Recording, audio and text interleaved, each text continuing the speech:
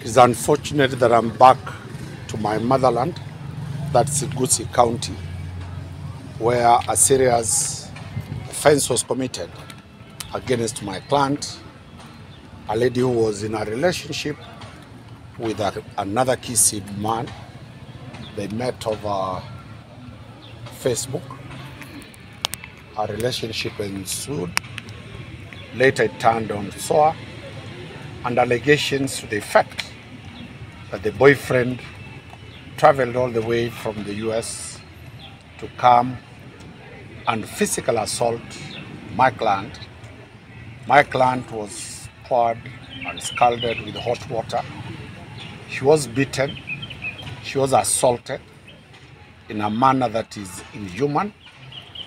And the purported aggressor left Busiland, went to Syokimau, carried all the household equipments and the furniture, relocated them to a unknown destination.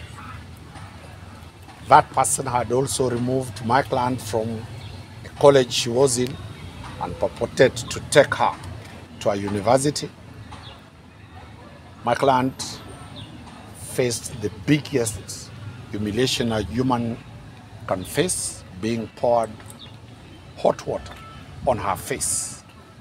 Her trade is her face. For women, the face, the beauty of a woman is on the face. She's scalded. She might not get another husband or another lover. She was taken to hospital. Also, the mother-in-law, allegedly that is the mother of the aggressor, was also hurt. She was taken to hospital. The matter was reported to Mosocho police station, and that is where I start to be very concerned. And because the matter was of great public interest and great concern, it was transferred to the DCI office, Kisii. The DCI office took up the matter, but they had not taken actions until when I was instructed. I've come in, I've had a discussion with the DCI, I've had a discussion with the investigating officer, and this is what I have found out. One, the police could not go to take statements from the hospital because the two patients had to recover fast. My client was discharged towards the end of last week, and I can confirm that the police immediately after she left the hospital, she recorded a statement.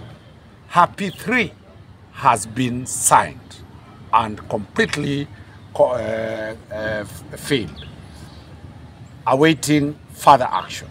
Number two, the mother of the alleged attacker was discharged yesterday. The police have dispatched officers to look for her, to record a statement. They will record a statement from her today, latest tomorrow, and her P3 will be filled. Third, this is an issue that concerns a person who is allegedly staying in the US.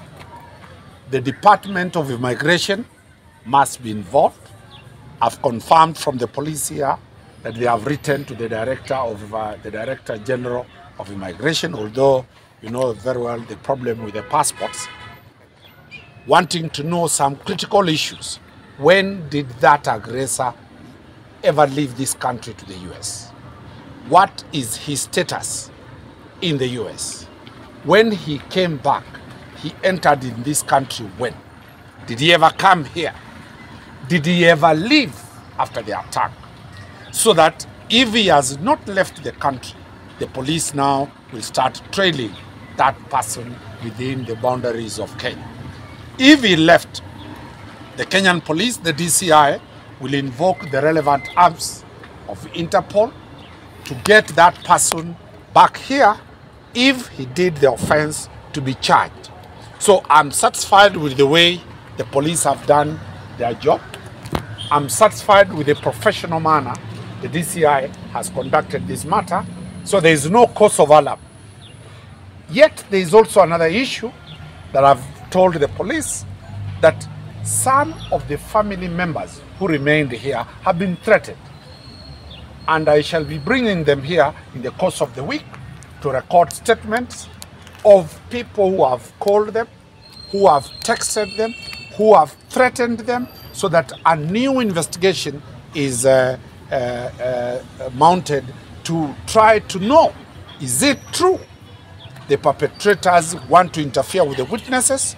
The perpetrators of this offense want to bribe, so that to bribe my clients and their families to withdraw this matter. So it is my position that I have instructions that my client will not withdraw this matter.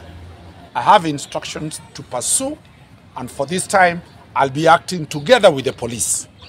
We shall be from one side to ensure that justice is done, and I'll keep the members of the Fourth Estate every other week the progress of this matter. We expect that the file by the end of this week, by the end of next week, shall be complete. Then the file shall be forwarded to the Director of Public Prosecution, who are, after making a decision whether to charge or not to charge, we shall then move according to the position of the Director of Public Prosecution. But for now, I wish to thank the members of the Fourth Estate for keeping up this story alive, for keeping up the rights and fundamental human